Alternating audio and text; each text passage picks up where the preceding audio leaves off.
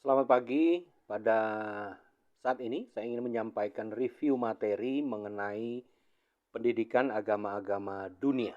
Saya Pak Junri, dosen Anda yang akan mengampu mata kuliah ini pada semester ini.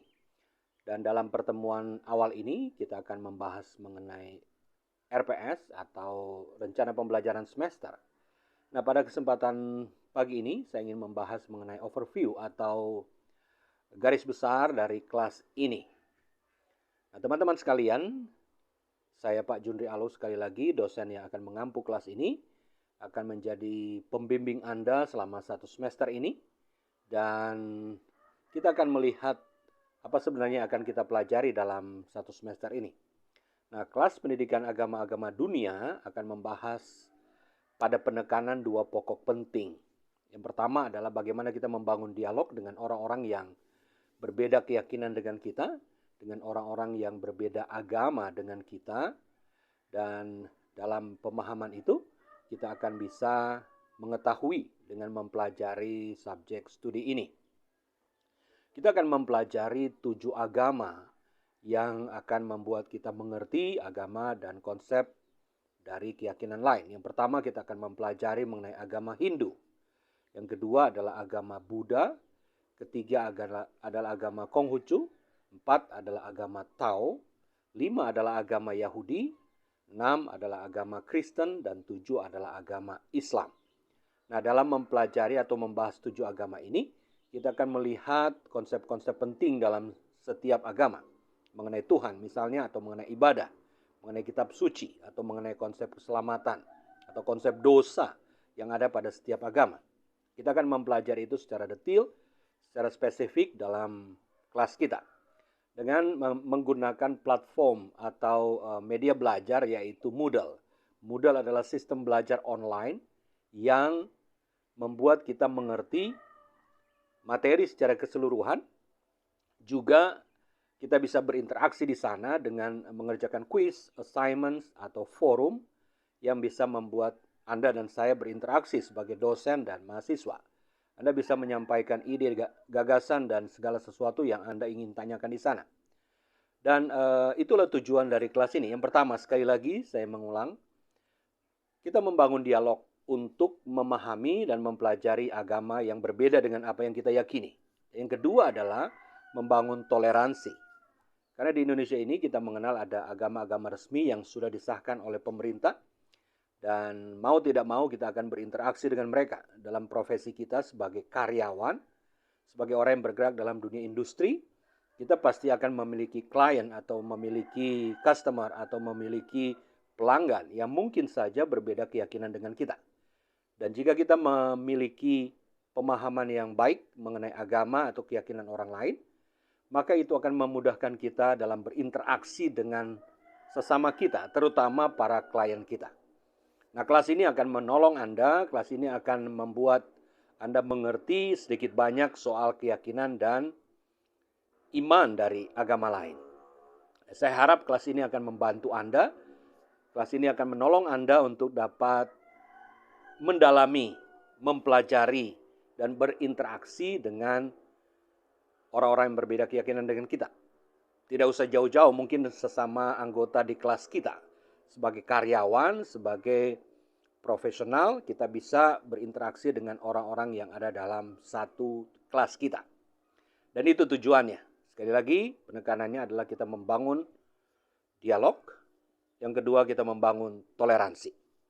Nah, berkaitan dengan tugas-tugas di kelas ini, Anda bisa mengerjakannya sekali lagi di Moodle. Semua materi dari sesi 1 sampai sesi 32, karena ini 4 SKS, Anda bisa lihat di sana. Saya akan memberi penilaian dalam 4 macam CAT. 4 macam CAT. CAT adalah kegiatan akademik terstruktur. CAT adalah kegiatan yang membuat Anda bisa berinteraksi belajar melalui platform belajar kita, yaitu LMS, Learning Model System.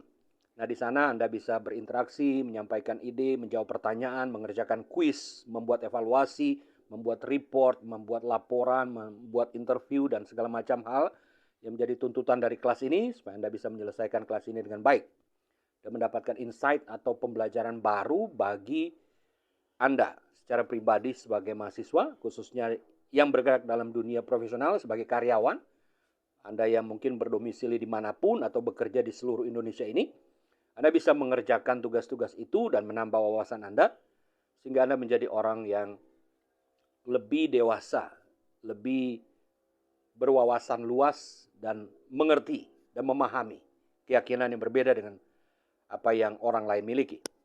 Nah, berkaitan dengan tugas-tugas, yang pertama, tugas penilaian kita di dalam kelas ini dibagi menjadi 4. Yang pertama, KAT 1. KAT adalah kegiatan akademik terstruktur. KAT 1 itu berkaitan dengan Anda mengerjakan semua forum, semua assignment, semua interaksi, semua tes atau quiz di dalam Moodle.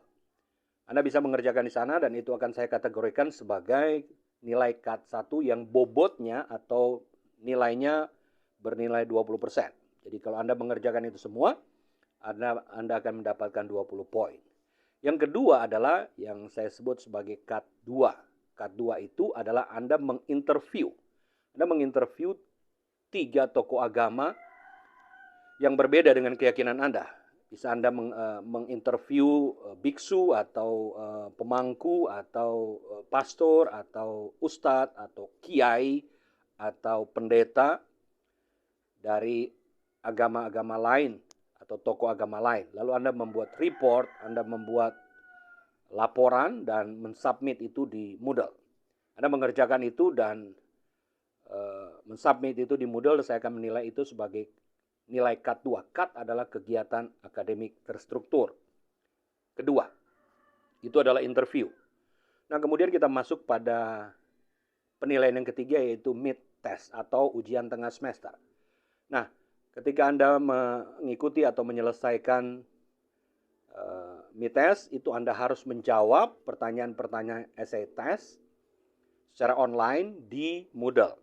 Saya akan mensubmit atau memasukkan soal-soal ujian di Moodle, lalu Anda mengerjakannya di sana dengan durasi tertentu 2 jam.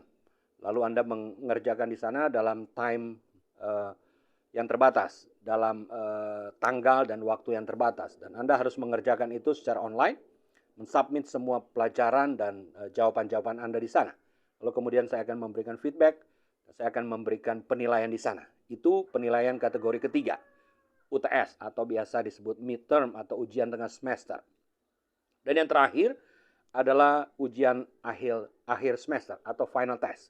Nah, final test ini adalah Anda membuat sebuah project mengenai bagaimana atau gambaran bagaimana dialog atau toleransi antar umat beragama